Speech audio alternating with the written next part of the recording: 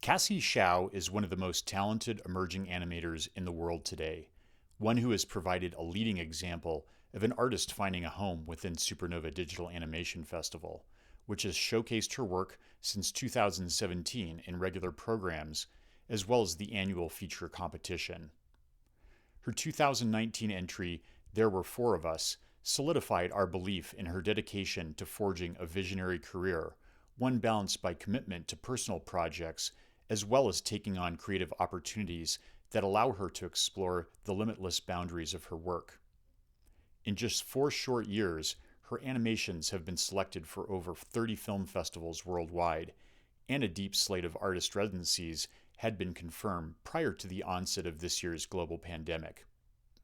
After finally meeting Cassie in person at Supernova in 2019, we took the opportunity to catch up with her while the US lockdown was still in place and have a deeper dialogue about her approach to art, dreams, collaborations, and even Supernova.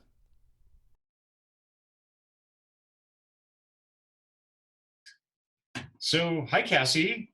It's very nice to see you again, even if it's virtually. And I understand you are now starting your day. So, can you tell me, first of all, where you're located and what you're currently working on at the moment? I am currently I'm located in LA, California, and I'm currently these days I'm working on my next film, and then waiting to kind of in the pre-production stage of two other freelance project. One is a music video. The other one is sort of like a fashion film. They wanted some animated elements, and but right now I'm currently working on my next film. Your next film. How long have you been working on this next film? Kind of here and there because I went to two residencies and I was working on, well, the first one I was sort of more like designing, trying to figure out what the film is. And then the second one I animated a painted sequence. Um and then I've been working on it for the last like 2 weeks.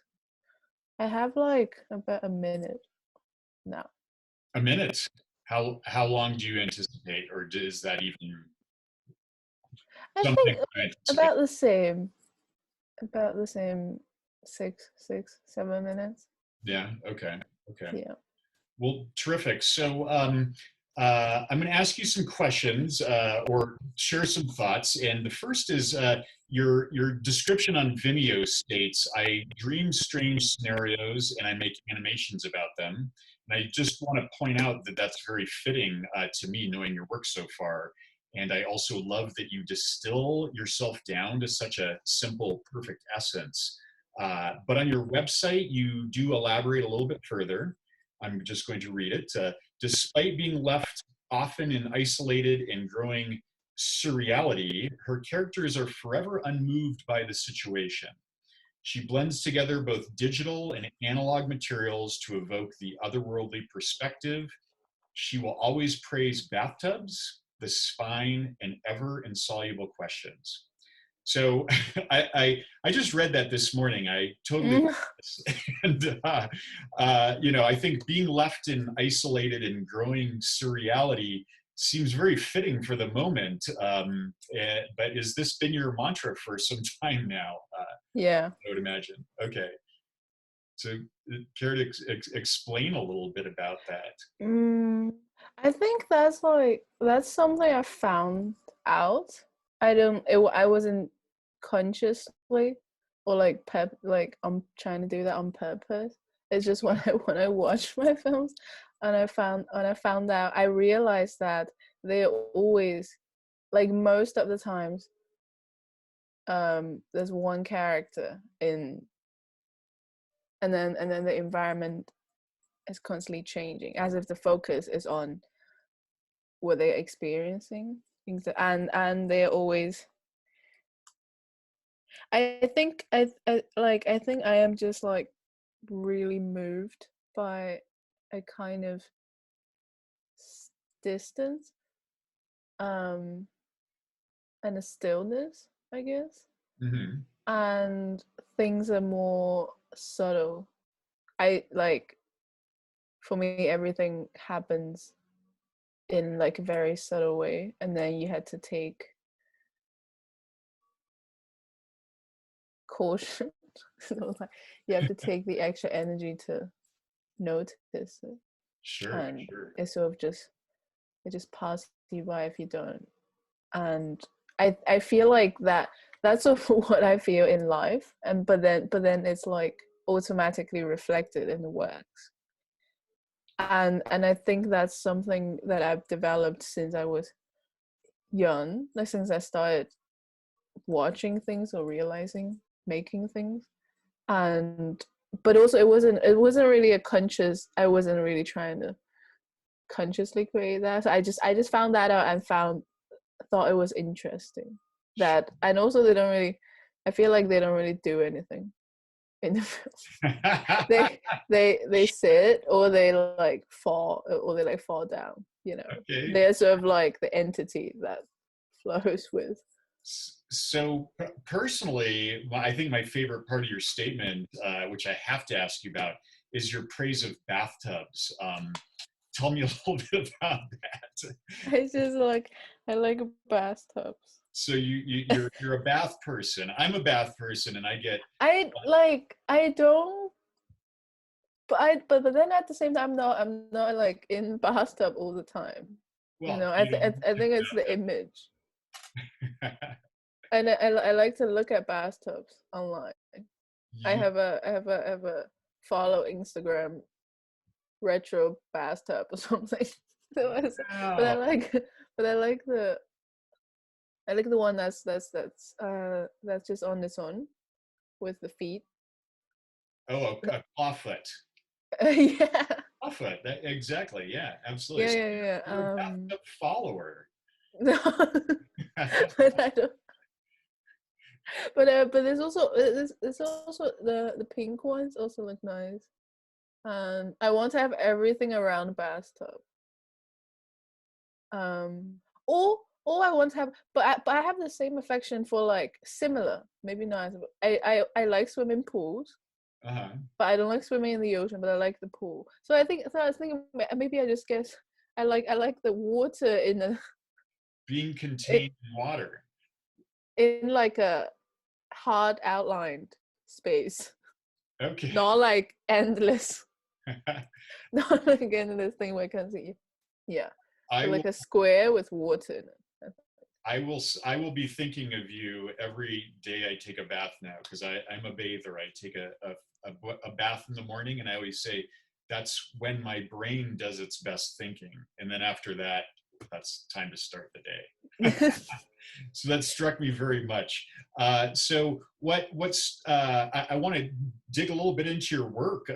What struck me most about, again, your work that I first was introduced to in 2017, was your layering and juxtaposition of hand-drawn elements against these super sophisticated digital set pieces, and not to mention the uncanny pulse of the narrative. But can you explain to me how this all evolved, and what was your artistic development like leading up to that short narrative? Mm. You dove into digital techniques, but you seem to have such a talent as a traditional artist, maybe traditional painter. I don't know. Yeah, I think when I started making animation, it was hand drawn character and like Photoshop background. I took like photos, or like I kind of like a collage, I think. So I guess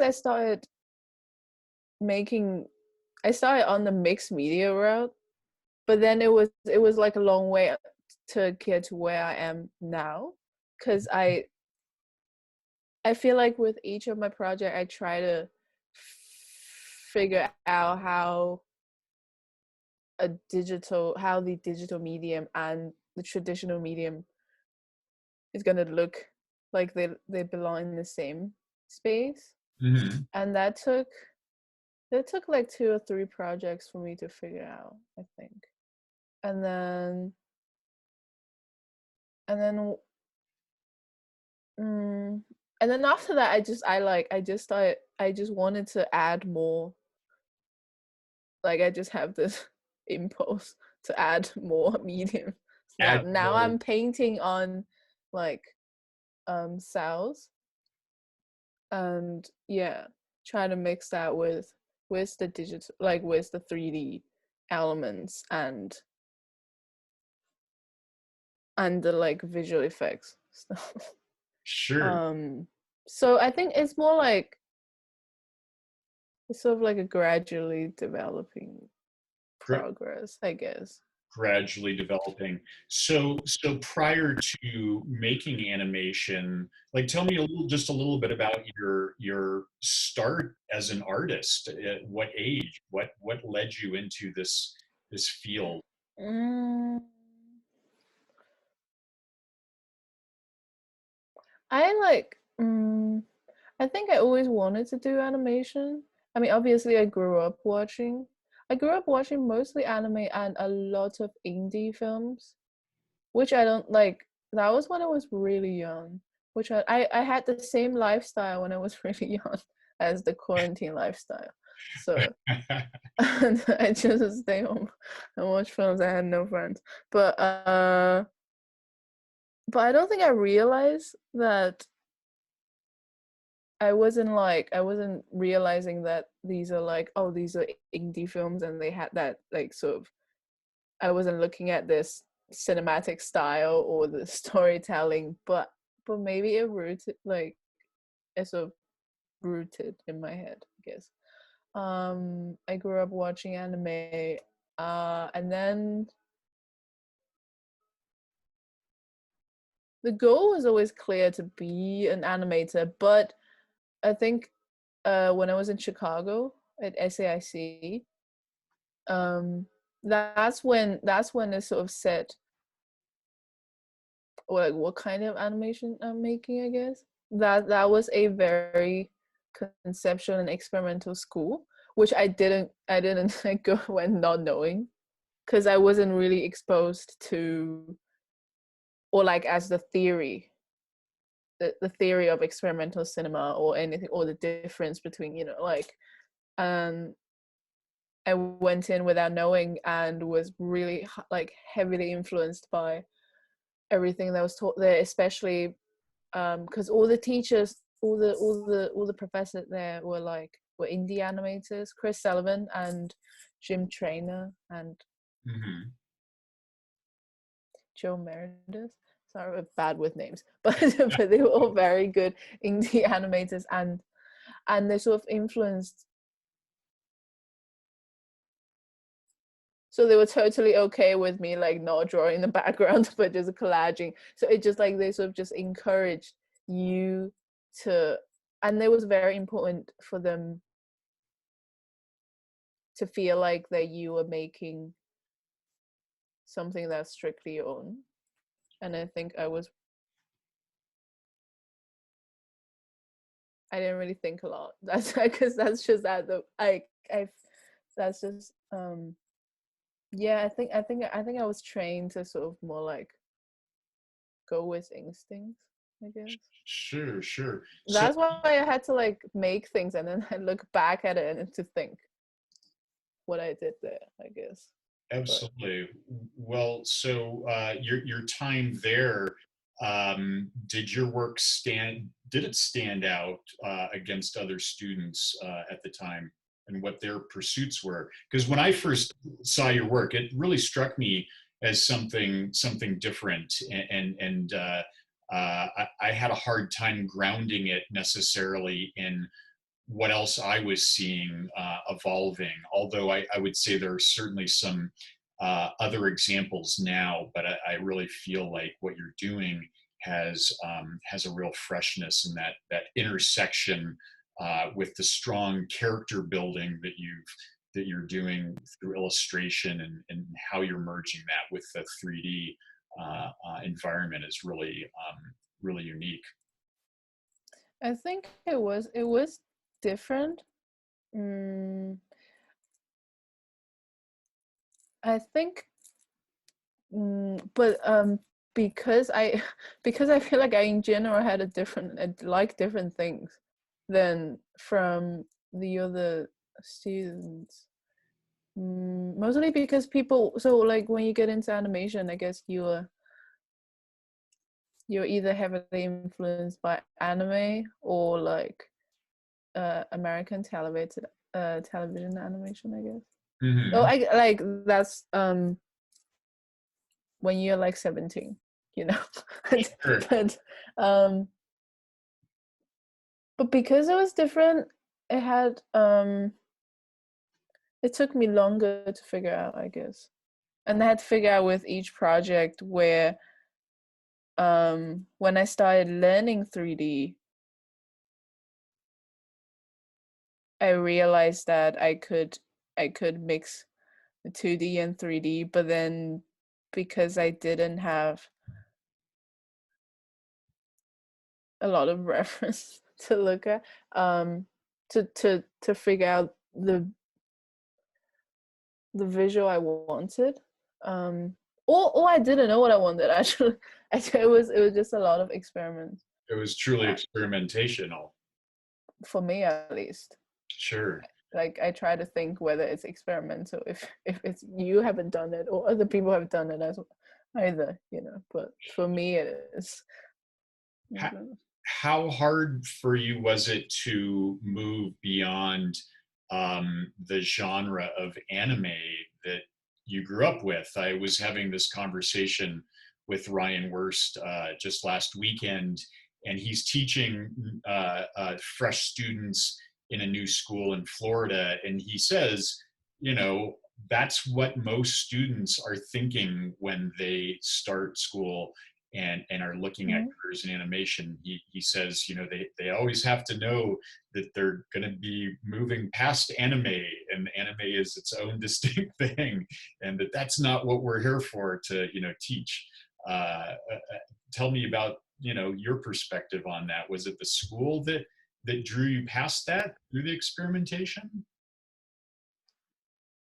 I don't think you. I don't think I'm past it. I You think don't no.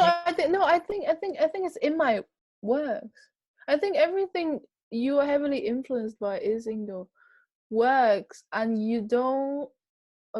Personally, I Sure. think you don't have to try to. I think that maybe I don't think you have to try to steer yourself away from like purposely from anime and to experimentation. Mm, we it's more like if you're going to be drawn to something, you will. I think like if you're teaching, I think the good thing that SAIC because taught me is because they showed me lots of different things, and also Chris Salomon also likes anime. Well, I mean, like the animes we like. I like the Sky Crawler, like more like animated films, like feature films. So I think that's a bit more. That usually has a bit more of the like the stylistic choices from the director as a whole, more than like anime series that's more like mass produced. So the directors actually, I think a lot of Japanese animation directors had lots of interesting choices, and they also do experimentation as well, and that's a part of it, I think. And he, and he, but then we also watched a lot of Russian animation and European. It's all like, yeah, and it just being exposed to a lot of things that would of course evolve your perspective, and and then you kind of and then it makes it clear to what you were drawn to. I think like you weren't really like you like anime, but you like something about it. I think it wasn't like you don't like the genres, like there's always something you like about it, and watching more, like seeing more stuff would help you figure that out, and then you realize like what exactly is the thing that you are passionate about, I suppose. And then so it becomes your own thing, because everyone is different. And so I think, like, for like I like that, how like, and in anime, like Japanese Japanese people, they always like, their world is themselves. It's always like it's one person against the world. Sometimes, and then like, to me, I feel like what they're seeing, it's like it's what they're seeing, like it's just what it is. And I thought it was really I thought it was quite interesting, actually. And then they always have a very pessimistic view about the future, which I share. So Well, like, I think we all share that right now. I mean, right. Yeah, maybe I guess more on the artist side. But well, I don't, and then I like that sometimes they don't move. I think that's like more the animation style. Yeah, it's always something larger, I guess. But yeah, and that's just, and I don't know. I just don't think you need to try to get past. And I think if they really, some people didn't really, like, they're just not into experimentation, uh, then they would just make whatever they make. Is that right? Does that sound right? yeah, well, to me, every direction's a choice, and your work obviously stands out. We'll get into that in a little bit, but I want to ask you about another project that I saw on your Vimeo feed, which I hadn't seen before, but I wanted you to tell me a little bit about it. It might have been a class project, I don't know, but it's called Promotional Footage for Adulting, and I guess that was from 2 years ago. And you don't give any description about it or what adulting is. But I really liked the project and the way it framed this mind stream relating to millennials and the voices of people talking about that. So I wanted to ask you a little bit about that particular piece. That was a job. It was a job. Adulting is a film. Adulting. Oh, And then they wanted this like promotional it's a promotional material. I thought it was quite clear in the title. Okay. wow. Yeah, I just was promotional footage for for the film. I'm like, what's adulting? Oh, well, and yeah. So they wanted this animated segment to like, the film is about adulting. I think, becoming an adult, right? And Maybe I haven't and seen this film or heard about it. I haven't seen it either. But I can talk about, no, yeah, but the segment they gave me, basically it was about what people think of millennials. And the idea we talked about, I had this drawing of the character.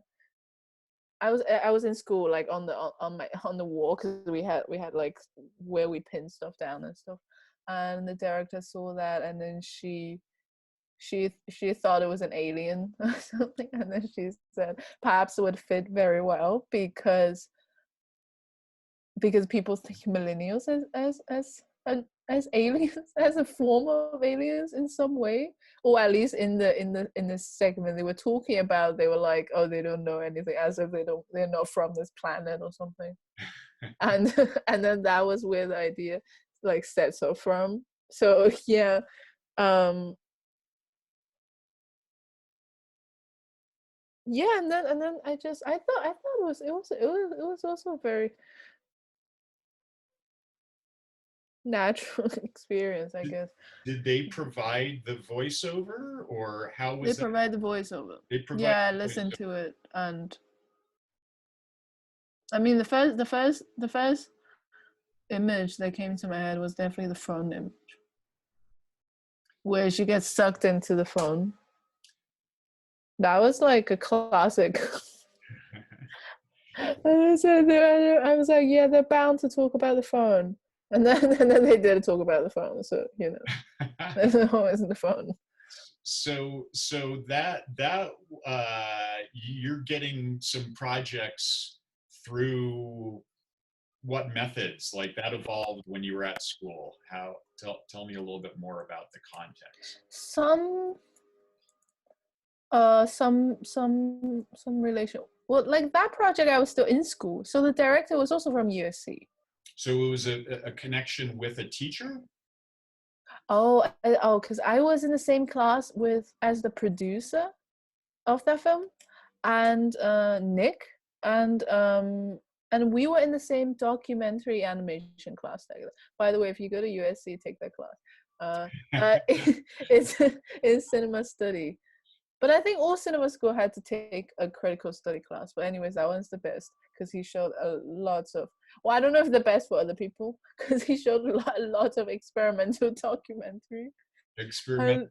And yeah, and like non-fictional films. That was really good. But I don't know if it works for other people because some people fell asleep.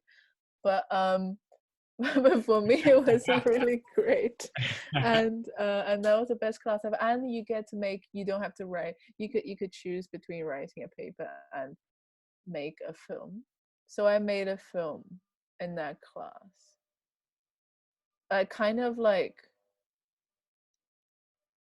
I like documenting a documentary documenting how I once felt like like how I once was so lost on like LA highways. A downtown section, there's an area where you keep on missing the exit, and then you just ended up going like around in circles. I think I did that 3 times. Like there's once, and I felt like I was never gonna go. I was never gonna get home ever. And there was a documentary documenting that experience. Um, so it's not an important documentary, sorry, but Well, it might be but important to people in LA.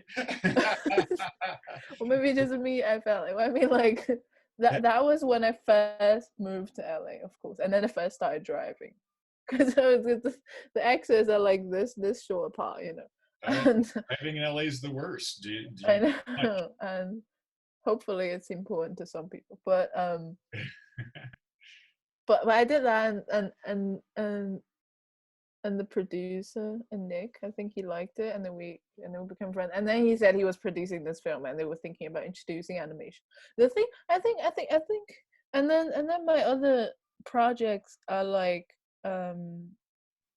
friend connection. Sometimes it's like they just like they knew me through something, and then if someone else wanted animation, they would.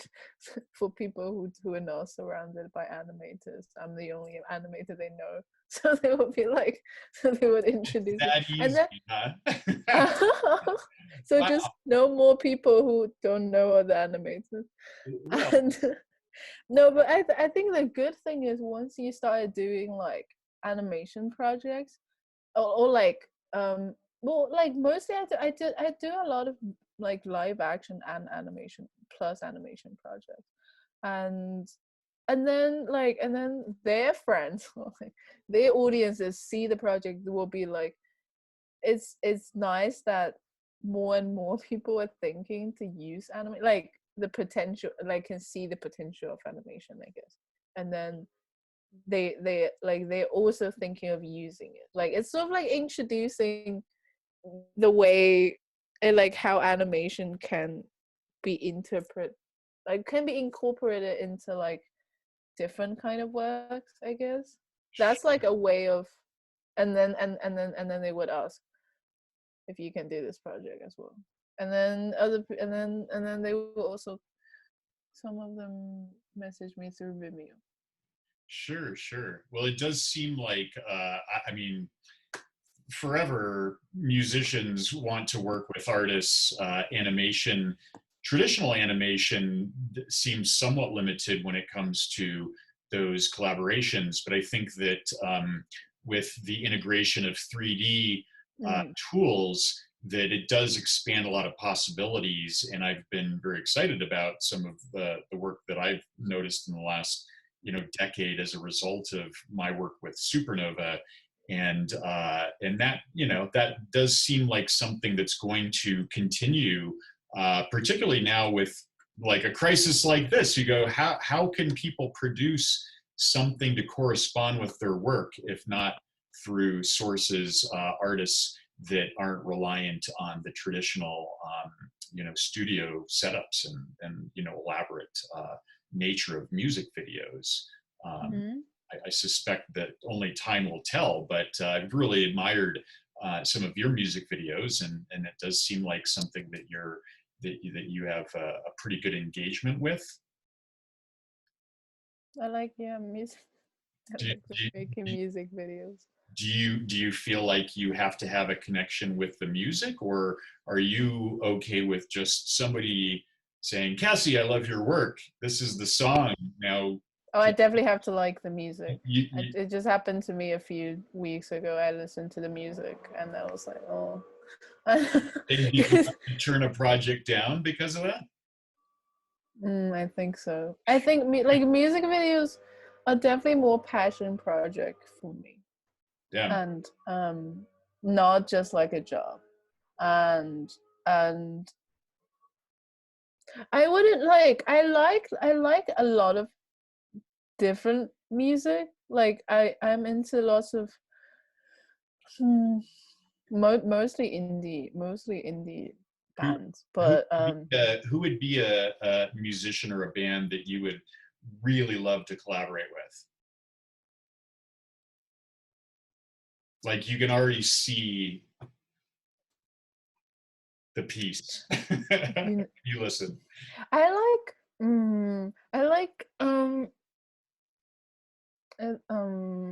like a band called Hibronics. Hebronics? Hmm. But cause yeah, it was by the guy Daniel. I forgot his no, forgot last name. But he was in a band Yuck. Yuck. Yes, that's There's that. so much music. I mean, like that's what's interesting to me. So I don't know if I've heard of it. Okay, but I don't know if that would be a good. No, I think the mood really suits. Like I think it would have to be like I would be most comfortable for the music to have a certain mood. I think for me to animate to, um, and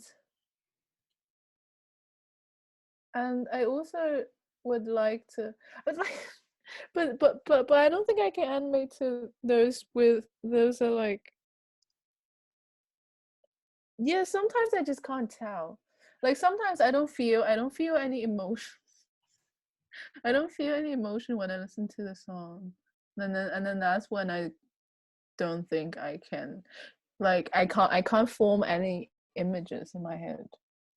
Like Sure. if I listen to the song sometimes then I feel like I would already be having images in my head, or like at a certain point um I would feel that this is an important moment for the video to like. So I'm like already thinking about that. But then, but if I listen to the song and I'm like, oh, I don't, and I'm just like blanking. How's that? I don't. Usually that's when this. Sometimes the songs are are very technical. Like it. I don't think mood was the important like an important element when they write the song. I like that's just what I feel. And then I would want to ask the musicians why did they write the song? Like what was behind it? That usually helps a lot. That would be your first question. Like, what happened? What happened? You want to wrote this Why song? did you thrust this upon the world? Yeah, like, are you okay? But Okay. Well, that's a part. Let's go back into your work because I want to talk a little bit about. There were four of us. Obviously, I love that short. It was fabulous to introduce that last year at Supernova. And one of the things I wanted to ask you a little bit about was the narration. So tell me just a little bit about the specific decisions in regards to the narration itself, the narration driving the piece. Let me know what you can about that. mm,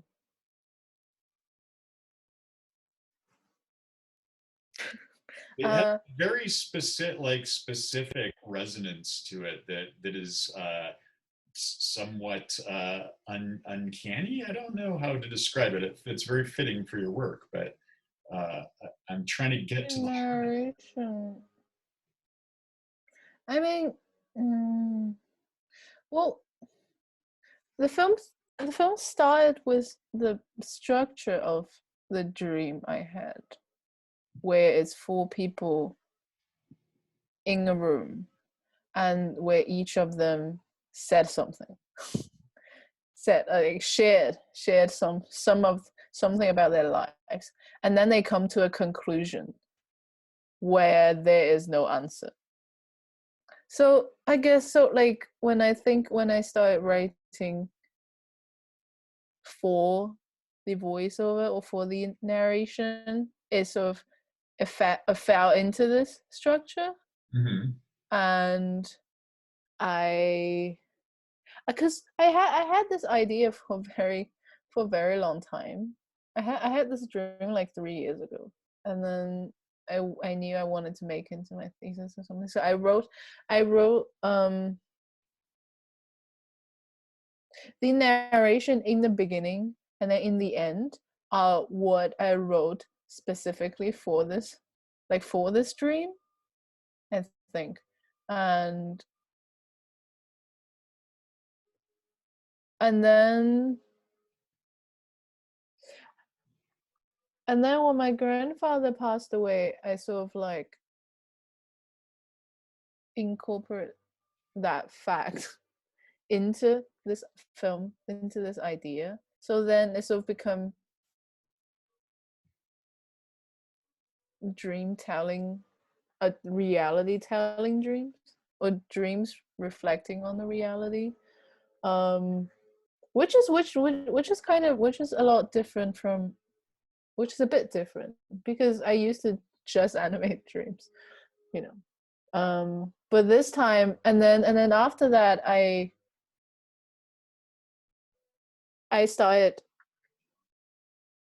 putting more of the reality, no, like mostly in the narration actually, um because the visuals are more like dreamscapes, but the narration are actually what I experienced in reality in my life, and what I remember the most, or what moves me the most, and it's usually a moment, that kind of thing. And I wrote down the segment where it's like where it's mostly black and for the black and white sequence. That Mhm. was the, and then when I had multiple layers of dreams, that was very scary. And The voice in the narration, it seems very specific to me, and so as a translation of your dream, that sound, that voice, how does that become oh, composed within the context of this work? because I always, because I because in my dreams sometimes I don't think I hear anything, or like I understand without hearing, and the voice was to sort of try to replicate that feeling, where it's sort of, well, it's a lot distorted in the beginning with subtitles, and then it kind of becomes clear in the towards the end. um that's that no that was that's like, that's actually what I hear a lot in dreams, where the voice is coming to me, but I already knew what it was gonna say. Like, I said it in my head, and then I heard it, and then at some point it syncs up. Like, I am hearing it at the same, while it's speaking, God, like in real life. But but there was absolutely no delay. I'm hearing it at the same time. That's just, it's just exactly at the same time. Okay, that's a bit different. But like, kind of to imitate that process, I feel like that's actually like, sounding my dreams sometimes are very, like, leaves a great impression for me. Mhm. Like, sometimes it would like, sometimes it would become, I would then realize it was actually sound in the reality that kind of leads into my dreams. And then there's going to be a moment where it kind of becomes one. That's where the narration voice idea came from.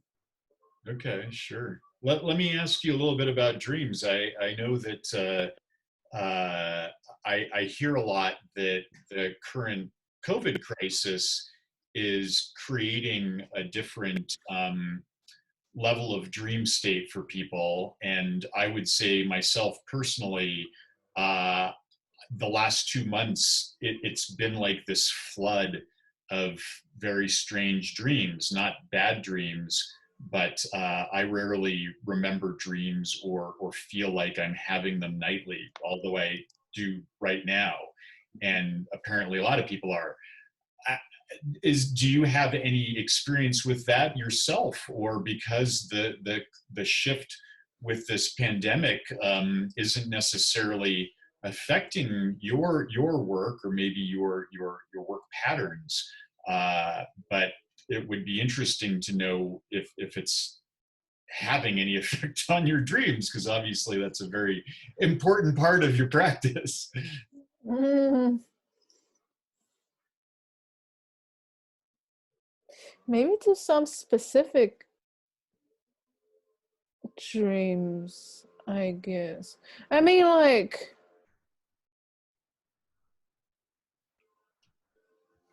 I think my schedule got really unhealthy at some point during this pandemic, where I went to sleep around like 8 or 9 a.m. and waking up around like 6, 7 p.m. I also sleep for a very long time, like 12 hours. 12 hours. Wow. But it's an important part of my art practice. So. Sure, sure. So Yes. that's like, let's say a year ago, you'd be sleeping 12 hours? Hmm? Like constantly, outside of the crisis, you would normally be sleeping about 12 hours a day. I dream of that. No, I sleep longer Longer. during the crisis. You're Now it's about sleep 12 hours. okay, yeah. So now it's about 12 hours. Okay, yeah. Well, I think everybody's sleeping a little longer. I feel like I am, but I don't feel like I'm uh, waking up all that fresh, even if I sleep longer. That's true, because you can't sleep, and also it's in your genes, I think. It's in what? It's like in your genes, DNA. Sure. I don't know, something Oh, that determines how long you could sleep. I don't know. I'm not very scientific. yeah. But for me, hmm,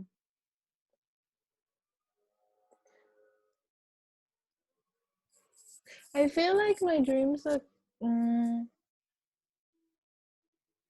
because it's like a chain reaction. I think because of the pandemics, I stay home like, and then I sleep longer, and but then my schedule got worse.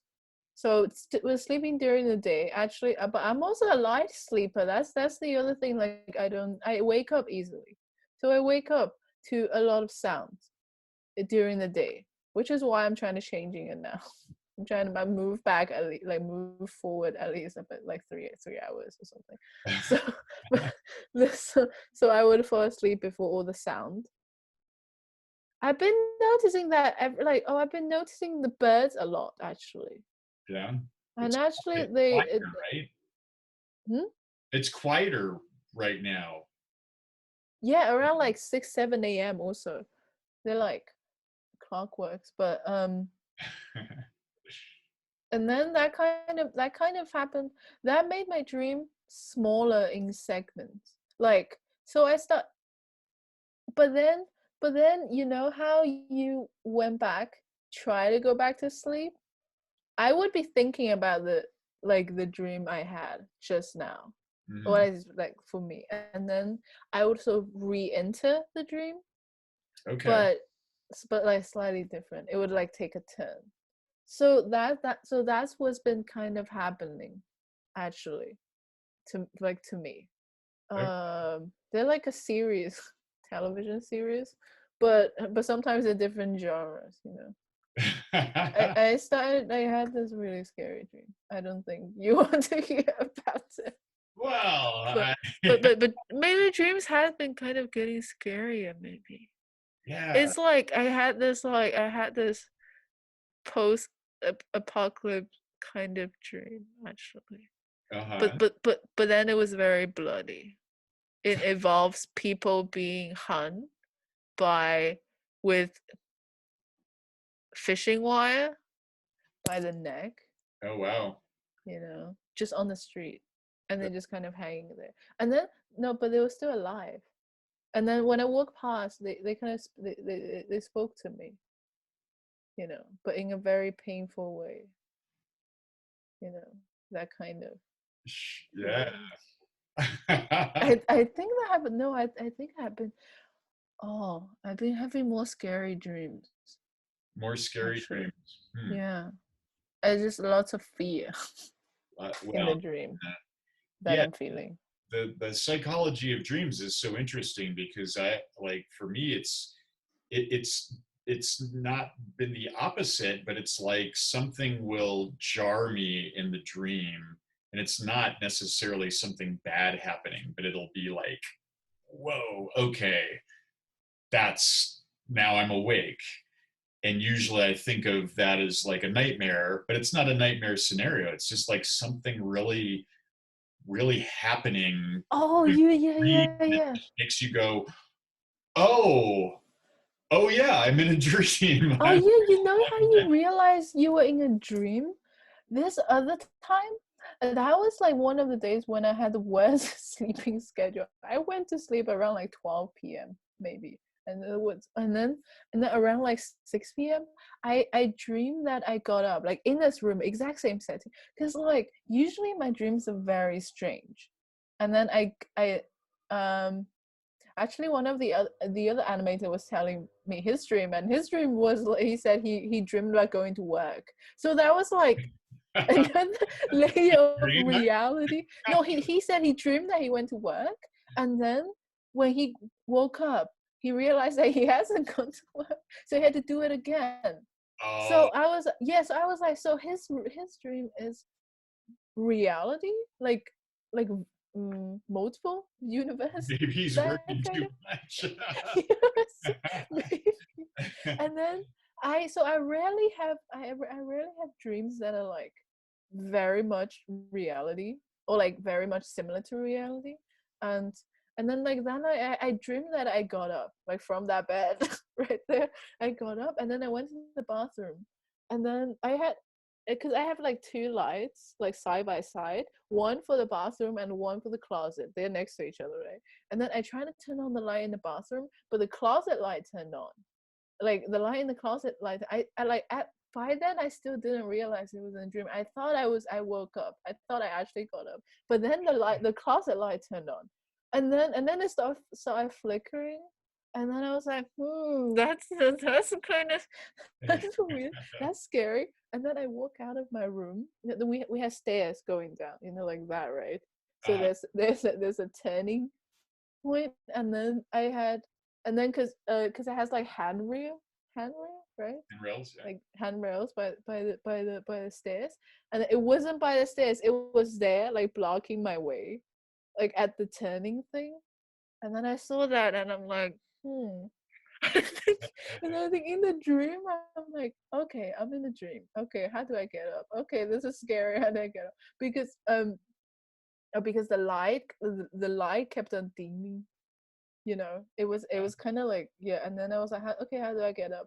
So I would just fall asleep in this dream, and then I'll get up in real life. But then in the dream, I thought, but I just woke up, and it's gonna be hard for me to fall back asleep because I just woke up and got up in the dream. And then I thought of I should have died in the dream. Yeah, and then but the handrail was blocking my way. No, I think, and I think I started like jumping around, like trying to wake myself up, like trying to like I know it was a dream, but I think maybe my real self doesn't know, and I try to I was like, it's a dream, it's okay, wake up, wake up, wake up. That and then I did wake up, actually. And That was really strange. I don't think that happens usually. yeah, well. Okay, well, let's get off the subject of dreams. The last couple things I want to talk about, because this is, to me, is really fabulous, to have learned about your work just a few years ago. And I noticed that there were four of us. Has been getting great response. Cassie Shao is getting all over the world now with your work. It looks like 17 film festivals now for the short. Places like Estonia, Taiwan, Ukraine, UK, Czech Republic, Canada, many places here in the U.S. What is that experience like for you at this stage? Uh, mm, I don't know if there's a way to describe it, but I think everybody, has this sense that film festivals are your ground for exposure, and when something catches, it can really catch like wildfire. And this seems like your moment, at least within the last year. I felt that. Yeah. I feel like film festivals are kind of like small circles of people that Sure. talk to each other. That's that's what I that like talk to each other in a way where they watch each other's selections, and you kind of spread that way, I Mhm. guess. And then you start meeting people who were in the who showed a lot in the festival circuit. And I realized that's how you get into the circle. Because I was kind of thinking like, oh, I'm not in the circle, huh? But I was like trying to think. But look, yeah, I think, and then each festival has its own taste, but I'm also kind of seeing some universal appreciation mm, towards like strong narrations, I guess, Sure. or films that you could very easily relate to, emotion wise, I think. I'm seeing that, a lot of that, despite like different festivals, I think. And Are you having the opportunity, or did you have the opportunity? I know you came to Supernova, which for me was just fantastic to have you and so many others that joined us. But what about other festivals? Have you had the chance to visit any others, or which ones did you? Mm, I mean, no, I went to Slam Dance. Uh, Oh, cause I was applying for the artist visa, so I was on like student working visa, so it's best for me to not leave the country. Something like that. oh yeah, yeah. Yeah, So yeah. So I went to the ones in the States. Slam Dance was good. Uh, I thought the animation program was pretty strong, but also had a lot of chaos people. I don't have anything against chaos people, I'm just saying that there's about a what lot of kind of people? chaos. Cowards? Oh, California chaos, Oh, California. coward. I thought you said cowards. I'm like, oh, No, cowards. Ah, okay. So there were a I lot of don't have anything against chaos or coward people. that's funny. That's interesting. Fine. Um, so, Oh, but also no, but like and Ann Arbor was good online, and even online. yeah, yeah. Well, it's to me, it's very disappointing now that so much is going to only be taking place online. We don't know how long that's going to be for. But what I wanted to ask you about is something that's maybe even a greater impact. I'm pretty floored by how many residencies you have scheduled for this year and into 2021. But what's the status with that? I think September is probably no good. September. So you have some in your schedule, but Yeah. what are they telling you now? We're pushing That this it's off. Last time they told me they were still looking to their because it was in Argentina, and they said that it's not too bad there. But Yeah. but for me it's but for me it's also, I don't know. I think September would have to be would have to be gone. But residencies, they would let you reschedule. Like do like because of uh, Sure. circumstances you can't control. Yeah. You know. Yeah. So That's usually they're very nice about that. I mean, because it's not your fault. So sure. Sure. Well, yeah. I did notice that. So La Plata, Argentina is your. That would be starting in September. I was just in Buenos Aires, and when you get there, if you get there, I can certainly introduce you to some very fine people there. I had such a great. Oh, really? Yeah, I think we talked about the La Plata residency with my artist friends there, and it sounds like it's a very good one. So That's good. Yeah, if I go, yeah, September. I think September may not, cause I think things could get a bit worse during the summer. it's very doubtful. My friend who's there, I just spoke with him last weekend, and they're on 45th day of lockdown, no end in sight. You never know, but they're entering winter time too. So September I think might be the start of their summer session. So I think we're going to kind of wrap it up on the subject of your extending your visa here in the United States. I know that we had some dialogue about that recently, and I was really happy to support that.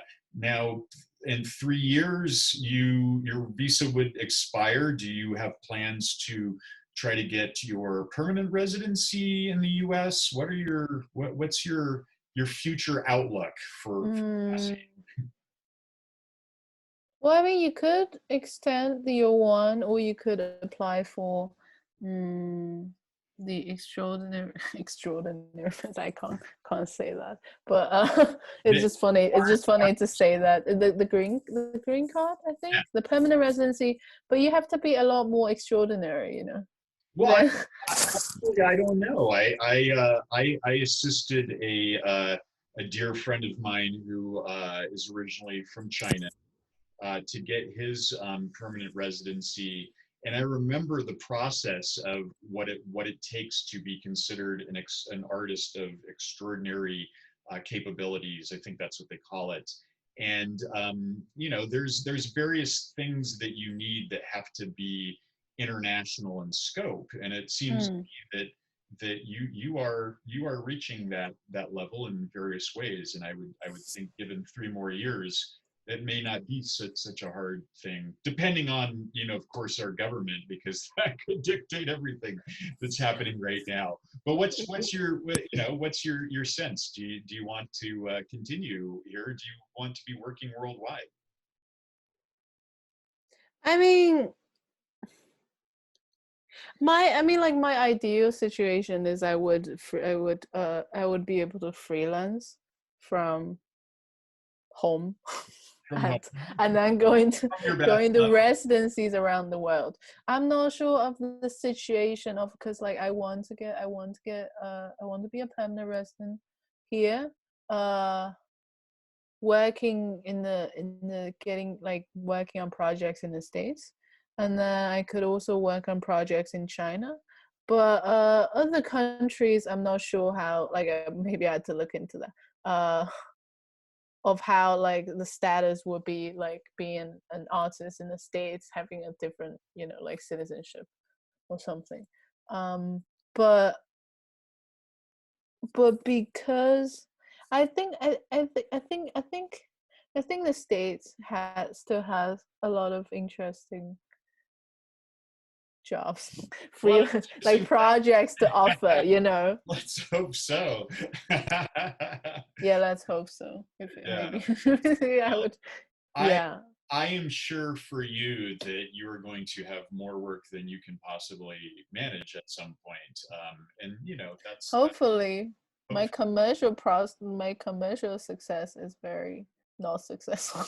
your commercial success. Well, you're very young and there's lots of time, but I have a feeling that you're going to have just a Hopefully. beautiful career. And Thank you. for me so far,